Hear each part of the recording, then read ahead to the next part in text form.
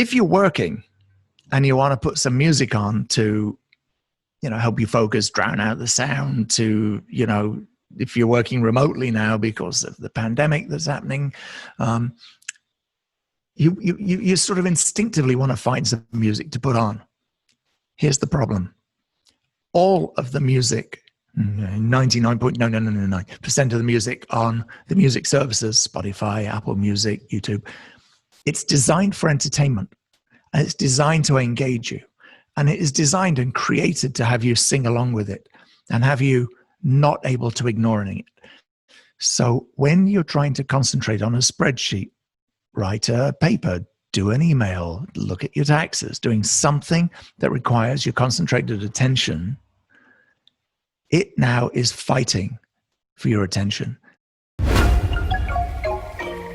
Okay, life can be crazy. You're feeling like you're sinking, just trying to find a meaning. It's time for better thinking. Yeah, better thinking. Time to tune in. Let's go. Welcome back to Better Thinking. My name's Nesh Nikolic, and today's guest is Will Henshall. He's the CEO and founder of Focus at Will, which is a music platform designed not for entertainment purposes, but rather as a tool to help users with concentration, attention, and improving their capacity to focus on important tasks. Will has quite an interesting background himself in music. He was, part of the pop culture in the 90s, so you'll hear a little bit about that as well, but interesting all around. So enjoy today's show.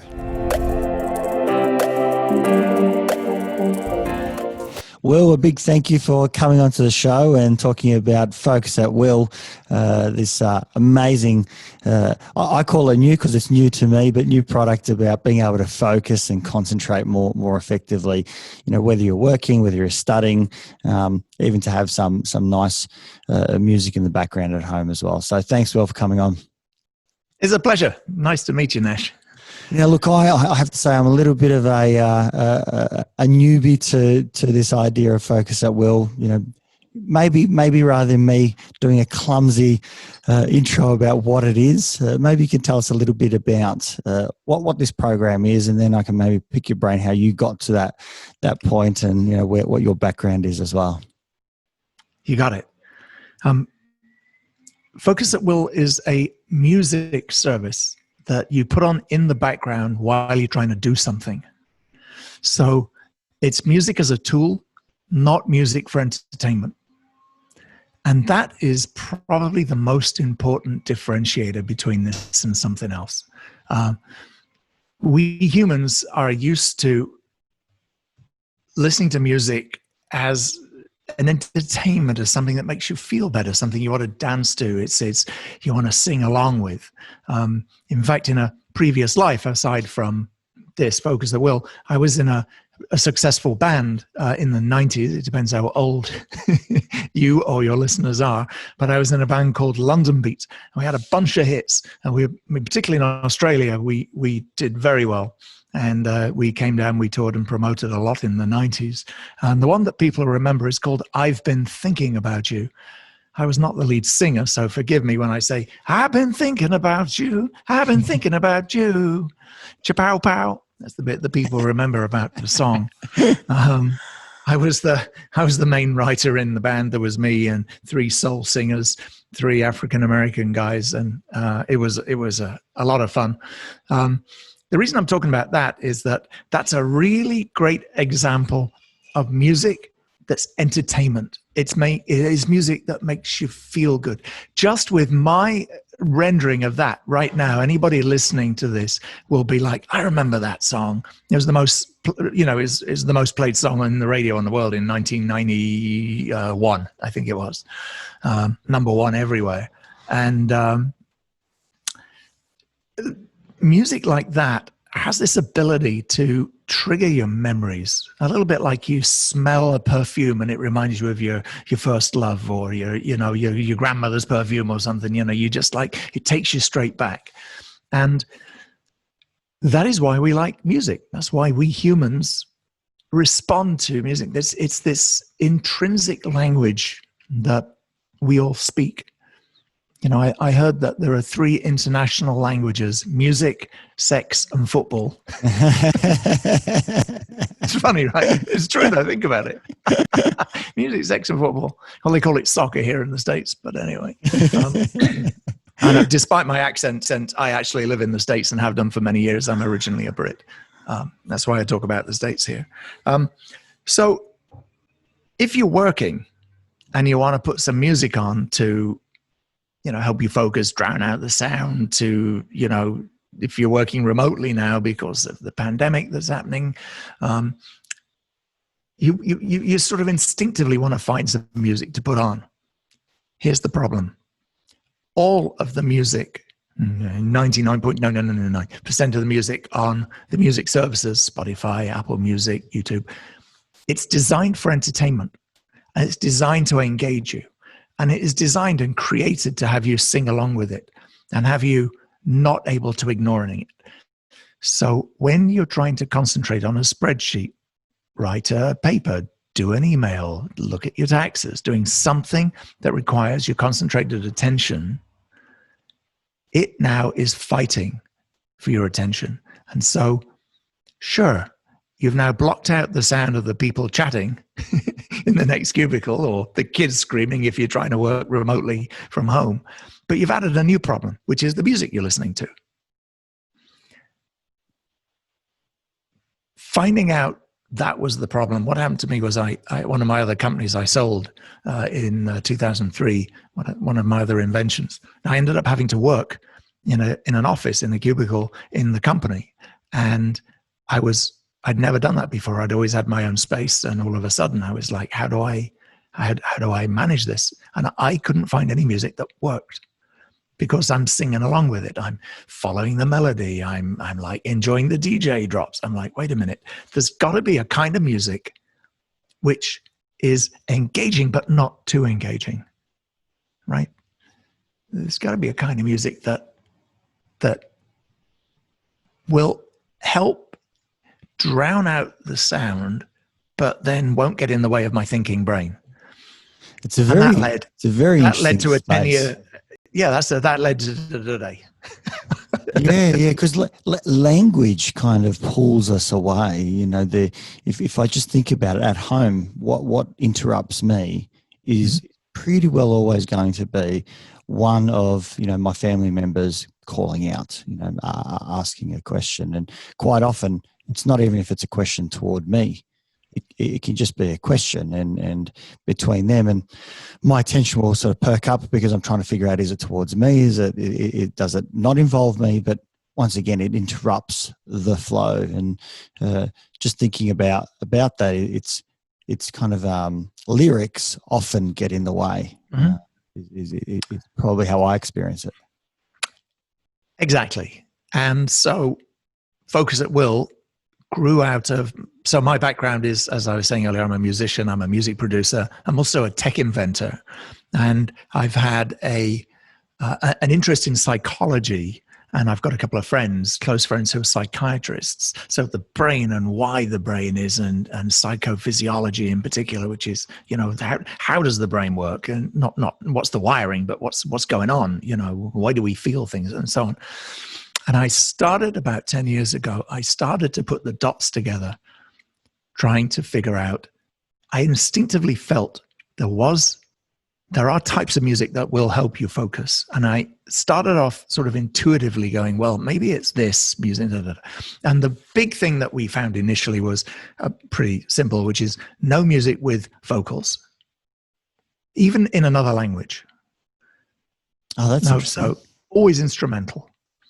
And we have a lab here in Focus at Will, and we have psychologists on staff, and we have it's an experimental data-driven organization, and we found that to do with the fight or flight mechanism. This is pure psychology now, which is like, how, for instance, if I'm talking to you right now, which I am, if I hear an external stimulant, or I see a loud flash, a loud light, or there's a pressure drop when someone opens the door, I will have to look around. My fight or flight, my limbic system my reptile brain will make me check that it's still safe to be talking to you right now, Nesh. Right? This is true for all humans. And we found that your non-conscious mind, which is your fight or flight mechanism, what's driving that, is always looking for the sound of a human voice. And if you hear a sound of a human voice, you want to know whether it's going to be someone bringing you a sandwich. So it's danger or reward. Danger or reward. Actually, opportunities to mate, I believe, is the third one. So it's danger, reward, and that. That goes to the international languages again. The 3 international languages. It's funny, isn't it? It all comes back to that. But everybody, I tell people, the Queen of England, if she's talking to you and there's a sound in the background, her brain is going, is that food, sex, or danger? Right? So to go back to the sound of the human voice, if you play music in the background and there are voices in it, your mind is going to pay attention to it because of that instinctive, the way that you are processing the data to see whether it is safe to sit here and work. Well, of course it is. We're sitting in an office, the door's closed. But have you ever noticed that if you sit with your back to the door, you just have this unsettling feeling and you'll have to move your desk? Mm-hmm. We know with people with PTSD, right, are very selective quite often as to where they sit, because they are a little bit more, sensitive and aware and alert for where are my escape mechanisms? Can I see who's coming in? Yeah. Because they're primed for danger, and so, in its exaggerated form, even more so, but we all sit in specific places to find a secure place. That feeling that you've just talked about, everybody is familiar with. It's like sort of that unsettling feeling. And as you say, there's a very heightened version of it. But that is the mechanism in the brain that is interrupting you when you're trying to concentrate. And rightly so, because if you think about human evolution, we are here. You and I are literally sitting here because our ancestors had that response finely tuned long enough for them to be able to have offspring and for us to be here today, right? So some people have that mechanism, as you were just saying, for people with PTSD a lot more acutely, and it's triggered easier than others, and I'll talk about that a little bit later in the interview. But we found that music without vocals, and really interestingly, music that has instruments that sound like voices affect you in the same way. Wow. So I've never even thought of that. Right? Your ear listens to music, your non-conscious mind listens to music with trumpets and violas and saxophones and trombones. And we like those instruments because they sound like the human voice. That's why we like them. So this response in your brain, which is your non-conscious mind paying attention, bringing to your conscious mind, pay attention to this sound, is triggered with not only voices in other languages you don't understand, but sounds that sound like vocals. So we, over the years, I've been doing Focus at Will now for 10 years. Our original investors are Singularity University, which is part of the Google world. So we got some good science around this. And we found that there is a type of music which is instrumental. It doesn't have a lot of excitement in it, but it also doesn't get very quiet. And more importantly, different people respond to different types of music, different genres. So some people like classical music. Well, like is the wrong word. Because when you're working, you don't want to be liking the music. This is a tool to help you focus, right? So some people find the tool is best with classical music. Some people find it's better with the sound of water. Some people like EDM, really loud dance music. And it's to do with how sensitive your limbic response is to external stimulus, which is related to ADHD. Mm-hmm, mm-hmm.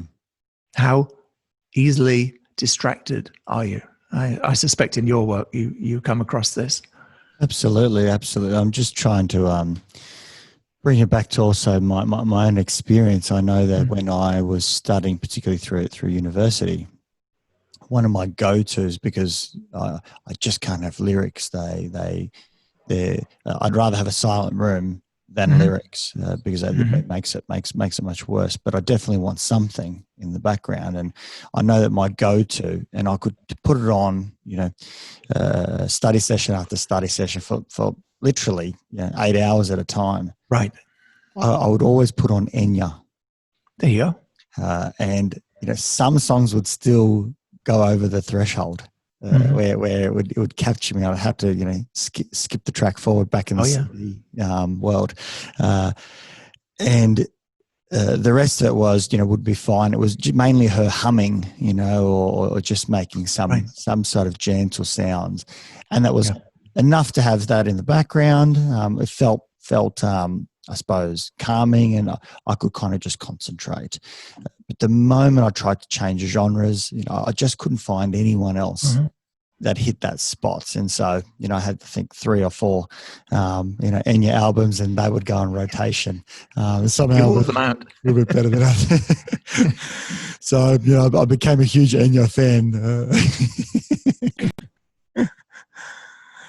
But yeah, the ADHD, experience makes you a lot more distractible, naturally distractible. Yeah. I've Dr. Edward Hallowell is an advisor in the company and a close personal friend. He's a psychiatrist based in Boston, here in the States, and he's written some best-selling books on ADHD and ADHD in the workplace. And with his help, we've actually got a couple of channels that are designed specifically for people with ADHD. They're very high energy. And also with his help and guidance, I've understood that being easily distracted is not, it's a syndrome, right? It's a disorder. It's not a disorder. A percentage of the population have this. Yeah. And let me just name some very, very famous people and ask you if you think they are ADHD. Well, how about Elon Musk? How about Jeff Bezos? How about Steve Jobs? How about Prince? Right? These people, I've just mentioned men at the moment, but it's the same. This goes across all kinds of humans. And if you are easily distracted, what happens is it just means you need a lot of stimulus to be able to be calm and still, right? And so, or to feel at ease, to feel at ease. But think about it. Some jobs, having a lot of constant stimulus and being able to concentrate, being calm in a crisis is a really powerful thing and really important. So, battlefield surgeon, right? You gotta be calm in that crisis. Helicopter pilot. Flying a helicopter, I don't myself, but there are so many things that can go wrong at any one moment. Good grief. Any kind of police work, first responder work, right? Yeah. Teachers. A teacher with a group of 10-year-olds, you got to have your wits about you constantly. Politicians, I'm not going to talk politics, but any kind of politician, there's a lot of stuff going on all the time. And we've all got friends that are good in a crisis. And if you think about it again, evolutionarily, you and I would have been, we'd have been in the medieval times. We'd have been there in the encampment, and there's arrows coming over. There's going to be one person who's got this. They're like, I got this. One person who in a crisis is completely calm. The rest of the time, they're kind of hyper. Right? The rest of the time, they're really like, oh my God, I need to do stuff. But in a crisis, they're really good. So in the same way that stimulants have been proven to help calm and overclock someone who has distractibility issues, there's a whole other conversation about whether that's good for kids or not, but it is a thing and it does help. We have found that you can overclock the brain by certain types of music in a very similar way. And about 5% of the folks that will users listen to a channel that we have on the system that is completely bonkers. It's the loudest, noisiest thing you've ever heard. It's crazy. And if you have ADHD, you'll find it relaxing. If you don't have ADHD, you'll find it absolutely just insane. I'm going to hold my phone up to my microphone and play you a very low. That was the bell ringing. It's going to sound a little horrible, but can you hear that? It's warming up. Sounds like train spotter. Here it is. It sounds like someone slamming a door. I have to turn that off a minute.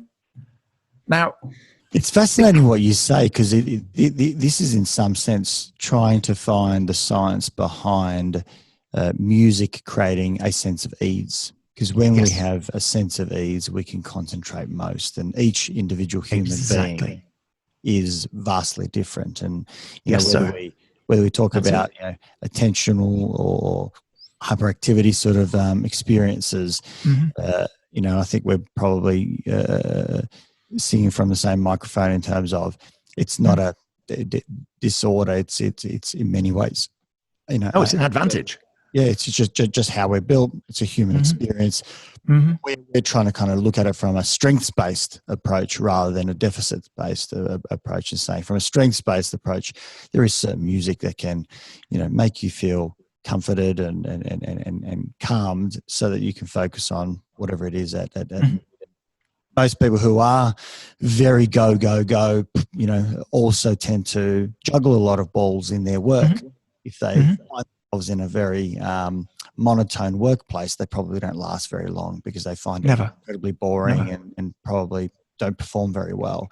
But give them a lot of moving parts, what even politicians have to do all the time. They're just juggling. I don't know how they do it, because it's remarkable that they can be across an infinite number of pieces of information material all the time, and be in the spotlight and going from meeting to meeting and absorbing information on the run. Just talking about it makes me anxious, let alone you need a nap. Yeah. Talking about it, I got to go and have a nap. Well, we found that about in the workforce, about 1 person in 5, so about 20% of the workforce in the companies that we go into, because we sell to companies as well as individuals, become active and very consistent users of this system. And it tends to be the most highly productive, highly capable percentage of a workforce. So, and it's often the most highly paid. So the movers, the shakers, the performers are also the most easily distracted. So it is important that we keep, if you're a boss and you have a team of developers and you know that you got a small team, so you got 20 people on your team, and then you know that the 4 most highly valued, most highly paid, most productive are also the most easily distracted. And so most dev teams, I've been involved in software design and running teams for many years. There's a rule. After 12 noon, we do not go and talk to the dev team, do we? No, we do not. Because you'll distract them and then you've lost a day. Right? It's a fact.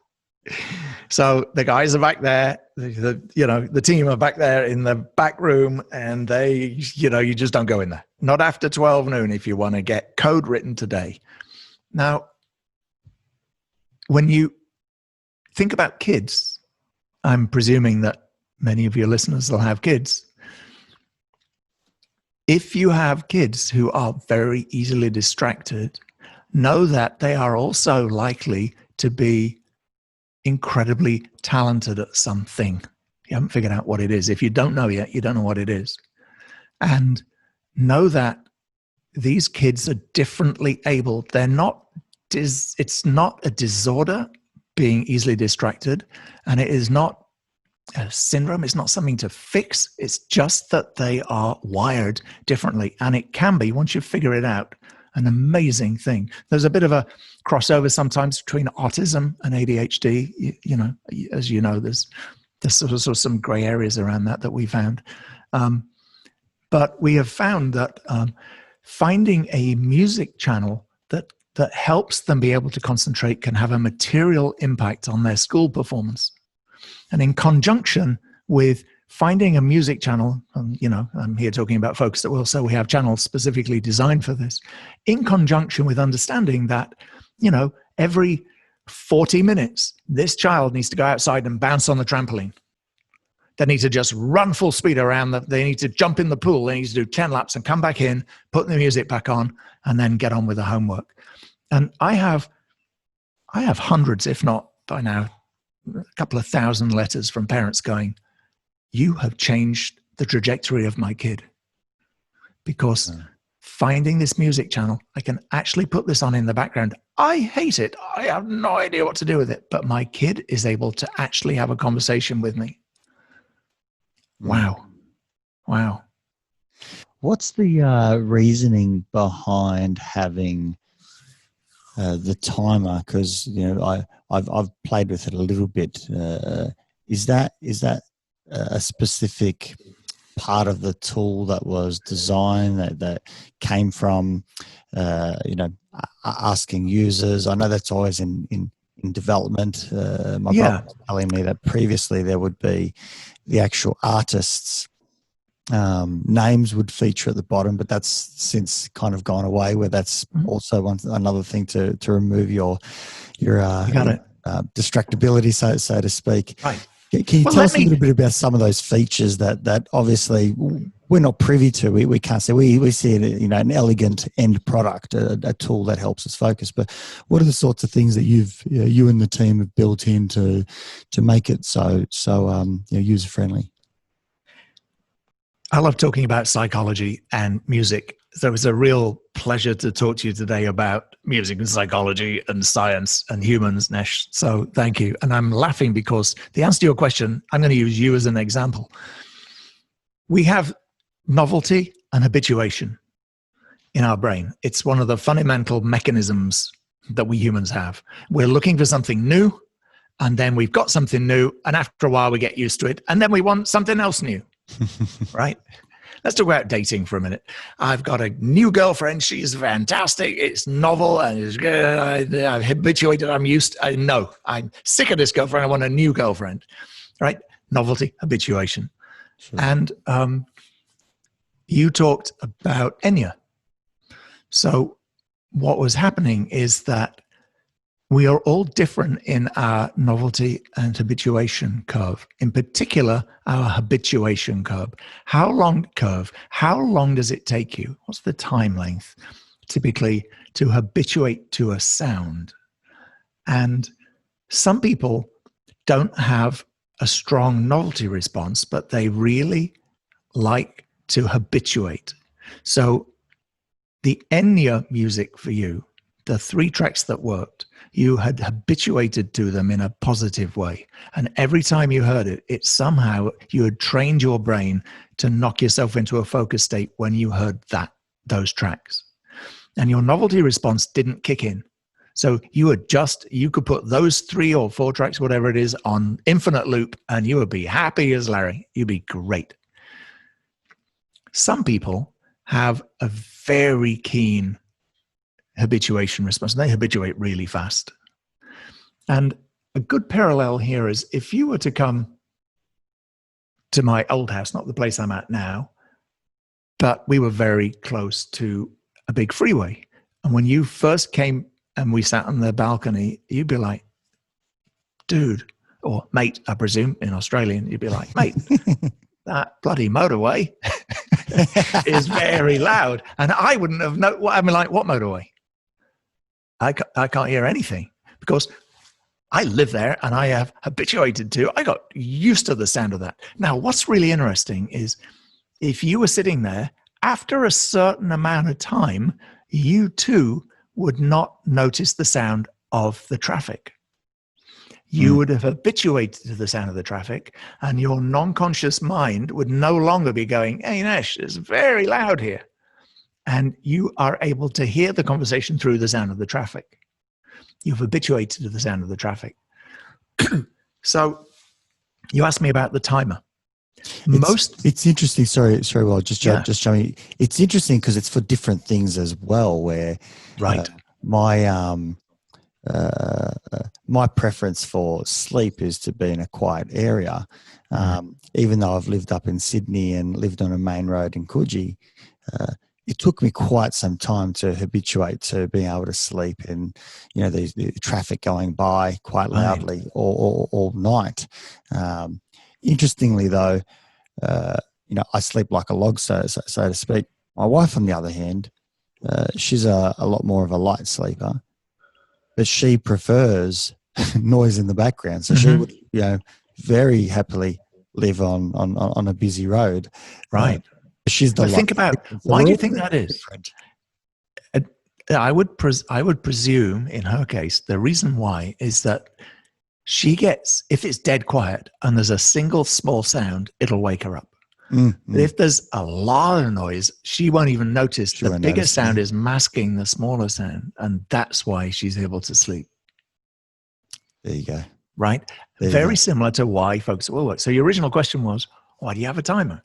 Well, most humans, on average, are able to concentrate in a very intense way for about 20 minutes. And after 20 minutes, you have to just kind of stop. If you ride a motorcycle very fast, which is, as we get older, we discover is not a good idea. But when you're a younger, particularly a guy, if you ride a motorcycle very fast, you will find after about 18 to 20 minutes, you have to slow down and get off. Because the concentration required and the danger of doing that is using up a very specific thing, which is how long you can concentrate for. And there's something called the Pomodoro technique. You may have seen that, where you work for 20 minutes and you take a 5-minute break, and you work for 20 minutes and you take a 5-minute break. It's an established thing. And we found in folks that will, to go back to the habituation curve, there is a way to deliver a playlist of tracks. There are no songs on Folks That Will because there's no vocals, right? So they're pieces of music. We play about 20 minutes of a specific type of music in the genre you're listening to. It could be classical or acoustic guitar or whatever the channel is. The system, by the way, when you use it for the first time, helps you figure out which is the best genre music for your brain type. But what the system's doing is about every 20 minutes, it is changing something dramatically and scientifically organized in the playlist to help sustain you through that 20-minute habituation. Gives you novelty. So it uses novelty. That's for you me. got it. Habituation. Yeah, okay. So, but it does it very subtly. It can't be radically different. It can't be, here's the trumpet, because otherwise you're going to be distracted. So what it's doing is it's changing something novel. And in the system, it does things like it changes the key, it changes the instrumentation, changes the speed. And there are very subtle changes in the way the playlist is shuttled out to you. And 80%, what was the number? 40% of the Focus at Will users have an average of 80 to 85 minutes per session. So nearly half our users run it each session. Instead of being 20 minutes, they're able to do 80 minutes. So it can increase the amount of time that you're able to focus up to 4 times. It's incredible. Which is pretty dramatic. By the way, when you've done 80 or 85 minutes on the system, you literally have to get up and just walk outside, because you have been, your novelty habituation cycle has been super hacked. And it's interesting that we tend to break our focus and get rest by physically shifting around. We don't tend to do it mentally. We get up, we walk away, go get a drink, we stretch. You know, we might sort of move our body differently. It's fascinating that we all just go back to this space of I've got to, you know, kinesthetically move myself to almost like start afresh. You know, wipe the slate, you know, clear. Yeah. Fascinating, just thinking about it that way. Well, you know, the study of psychology is the mind, but of course, the body is the mind and the mind is the body, right? So we are a holistic thing, and our mind is profoundly impacted by everything we do physically. And so it's very unnatural evolutionarily, again, to be sitting here at a desk talking to you, staring at a little tiny square picture of you on my screen. I mean, what?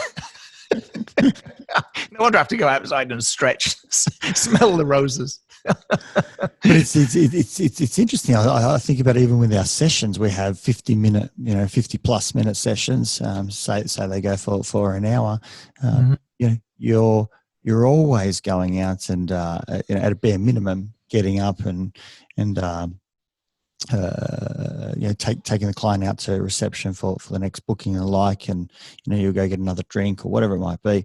Yeah. But I know that myself, because I am, you know, go, and, you know, type A personality, so to speak, I'm up and down out of my chair all the damn time, which is, you know, usually using the whiteboard, trying to put what the client's saying in a visual helps me understand it. I'm not quite sure how much it helps the clients. They seems okay, but you know, I'm still very active because that's just who I am. You know, versus someone else might patiently sit there for, you know, for an hour and a half and you know, just continue to nod and continue to feel at ease. Maybe just reflecting on my work, I'm still moving a lot. Yeah, there's a link between mind and body and the focus process. I mentioned earlier about the kids jumping on the trampoline. This is something that Ned Halliwell has done some deep work on. In fact, there are strategies around managing kids with ADHD where you can reduce the reliance on the stimulant meds that they're taking dramatically. And of course, the problem with, you know, Adderall and all of these other ADHD medications is that there's side effects. They affect your sleep, your REM sleep. They affect your health. If you're a teenager when you take these things, it has predilection to, you know, addiction problems later on in life. There's a lot of stuff. And so being able to just cut down the amount of meds that you or your kids are taking can have profoundly positive change. And we're asking, you know, if I were to ask an average adult to do something for, you know, 3 to 5 hours a day that they, you know, completely dislike, I imagine they would get distractible, frustrated, irritated as well. And for someone, you know, for a kid in particular, it's very unnatural to be, you know, particularly for some, to be sitting in a chair and listening to boring information that's repetitive and be sort of, you know, rote learnt. And I can't think of anything worse, you know, really for those kids. And I was clearly, you know, one of them as well. I want to run out there and kick a soccer ball. You know, I want to do chasing. I want to try and do mastery, jump off things. And you know, this is why things like, you know, drama class are way more engaging than boring English. Totally. You know, and you know, maths was better because at least it felt like there was some moving parts, and you'd usually, you know, be doing it, you know, on the board, and so you'd be kind of connected rather than you know, read a passage. So I can't read a passage. You know, I didn't read a book until I was, you know, in year 11 and 12. It was this distraction sort of space. And what you're saying is some of this could have been resolved or at least mediated by putting in an individualized track in the background, not for entertainment, but really as a tool to go out and say, we can set up a context, an environment that individually goes out and suits you to focus at your best. Yeah. Well, when you first, I mean, anybody listening to this is free. Just go to the website, focusatwill.com, and there's an onboarding quiz that has 17 very, very specific questions that go back to an algorithm on our server that then it has about a 70 or 80% accuracy in predicting which genre, which type of music will work for your brain. And it's using something called the Big Five, which I presume you're familiar with. It's a little like the, the Myers-Briggs. Openness, conscientiousness, extrovertism, agreeableness, and neuroticism. I have to learn these things over and over, otherwise right? I drop them. Psychology 101, I know. The questions on the site have been designed by my science team, and they're a little disingenuous. Some of them are like, what would you not do to do this big thing that you would do? They're deliberately designed that you can't just kind of click through them. And what they do is they give you a rough ocean score, and then they overlay that with some other questions about what kind of how much coffee, how much stimulants do you take, and so on and so forth.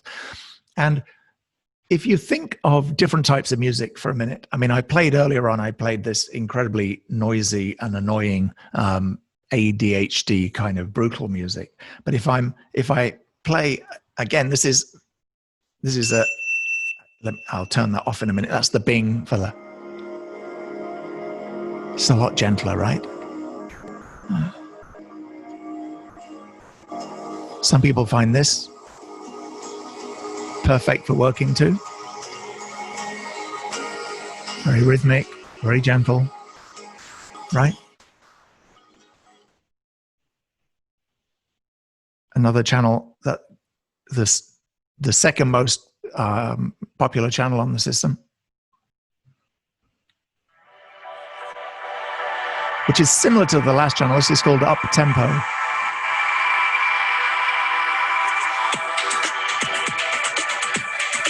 So this is always groovy, electronica. The third most popular channel on the system is this one. 20% of our users listen to this. Piano and acoustic guitar. Now, if you're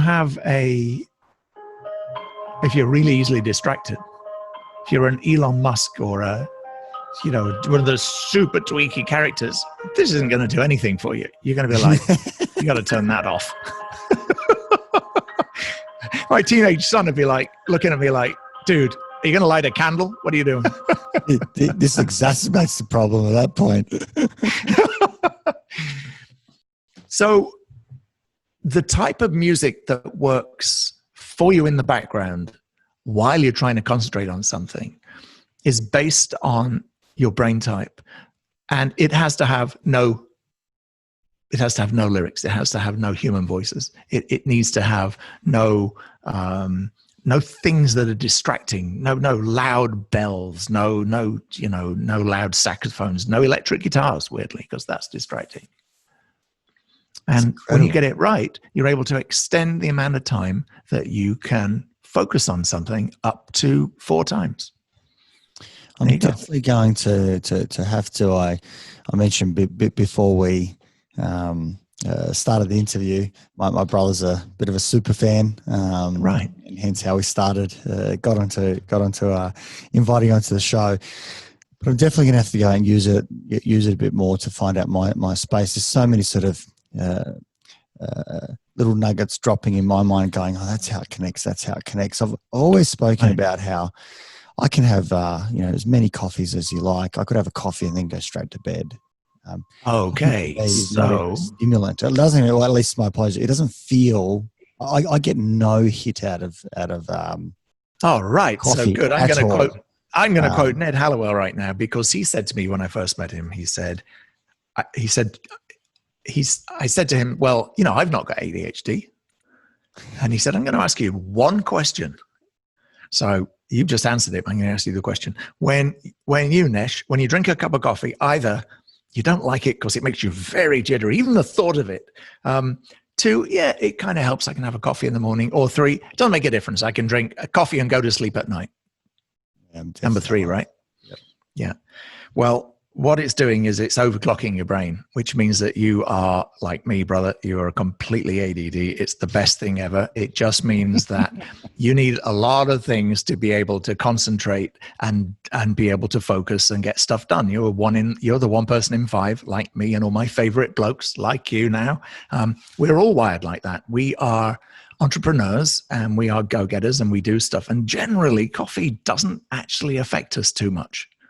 Because what it's doing is it's overclocking our brain, similar to the way that amphetamines of an extreme version work for people with ADHD, and doesn't really make a lot of difference. There he is drinking a cup of coffee right now. What's happening? Nothing at all. Nothing. So he said to me, if coffee or strong caffeine of any kind calms you down or even makes you sleepy, you're ADHD. You're on the scale, which is not a bad thing. It just means that you need a lot of stuff around you to be able to focus and concentrate on what you're doing. Yeah. And that's as you say, it goes back to, your ocean profile, your big five personality traits profile. Right. Where do you sit? And right. There's if you're highly conscientious, et cetera, you might be wired that little bit faster, which isn't a better or a worse version of being human. It's just a particular type, but it means we need a lot going on to keep at ease, or to feel at ease, to feel to feel at ease, nice equilibrium. Yeah. And if you've ever been in a situation where there's the radio on, my wife hates this, but I quite often like to have talk radio on, maybe a game on another radio because I'm just keeping an ear on that, and one of my favorite music albums on all the time, and I'm like cooking away and it's great, and she's like, could you turn it off? I'm like, turn what off? I'm having a great day over here. It's just everyone else hears it as a mess though, right? Oh, I don't care. I can get stuff done. And then after all of that, I might also be on the phone to someone. Yes. Just got lots going on. Right now, I don't have anything else going on because I'm talking to you on this interview, and I obviously that affect the sound of this mic. So, but normally I'd have something happening over here. I'd have some music over here, and I'd got no shame. It's all good. And I tell you what, reading through your bio, I think I could tell that because you've done so many different things, and it's odd that someone who clearly has fractured, if I can use that word, fractured focus, or likes a lot of things on the go. You clearly have a very strong capacity to be focused, because you can't achieve what you've done in many different fields without having great capacity and intensity to do so. So it's quite a dichotomy. It's quite interesting. It took me a while to just come to terms with it. It was Ned Halliwell. He said, listen, he goes, brother, you're ADD. It's great. That's how you're able to do what you do. Embrace it, understand how it works, and understand the more plates you got spinning, the calmer and the better you are at doing all these things. So I'm like, all right, pass me a plate. I'm going to spin another one. Have you ever been to a Greek restaurant when they spin the plates like this? Yes. In fact, I think I was in a restaurant in Sydney last time. I was at a Greek restaurant in Sydney, and they had the plate spinning, and this guy came out with like 8 of these stick things, and you spin the plates, and it's always stuck in my mind. If you let one go, they start smashing all over the floor, and everybody claps and cheers.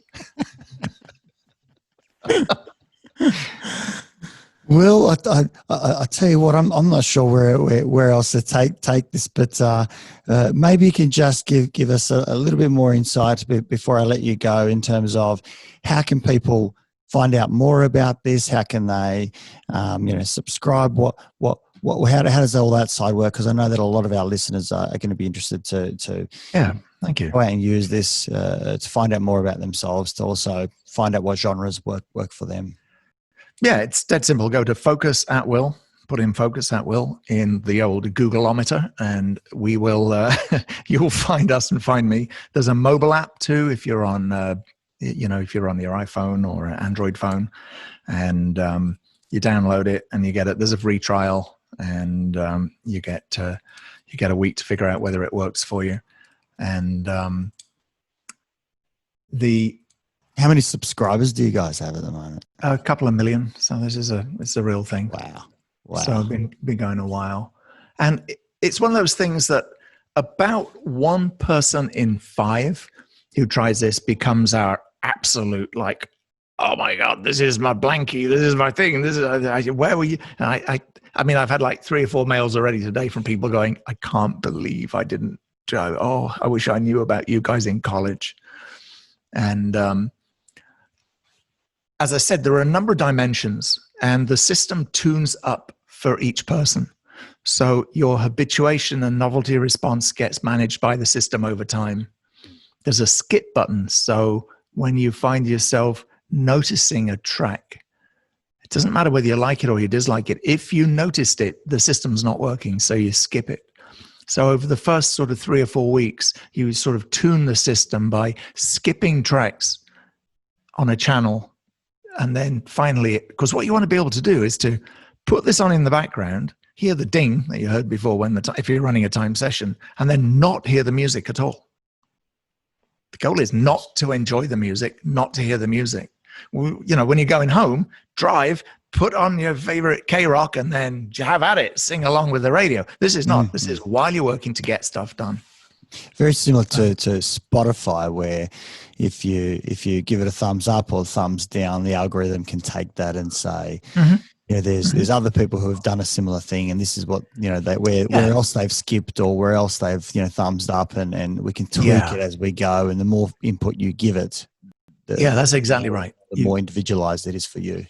Except here, the idea is to tune the system so you don't notice the music, which is the crazy thing. But you can't see it here, but I'm in my studio, and I got a huge wall of gold records and stuff from back in the day here. And that was all about music that we wanted you to listen to. That was music you want to sing along with. And this is the opposite. This is music we don't want you to notice. You've come full circle. Life is a crazy thing, right, Nesh? What's up with that? Well, big thank you for your time. I know that you're a busy man, and especially be able to switch off for an hour and chat with me. So it's a pleasure. Thank you very much, and look forward to finding out and hearing about more of the growth of Focus at Will, because it sounds like it's an incredible tool for being able to focus and do that on an individualized level, which I think that's the secret. Is the secret. Yeah, fantastic. Thank you so much, man. Appreciate your time, mate. All right. Bye-bye. Bye. If you enjoyed this podcast, please support it by going to iTunes and putting a review, subscribe, share it via social media, and tell others about it. Start a conversation. It's listeners like you that make this able and possible, and why we bring in these guests to go out and share their knowledge and resources. And just lastly, if you are a psychologist and you want to go out and be part of a bigger team, develop your experience and get into some exciting work, come to strategicpsychology.com.au/careers and reach out. I'd love to hear from you.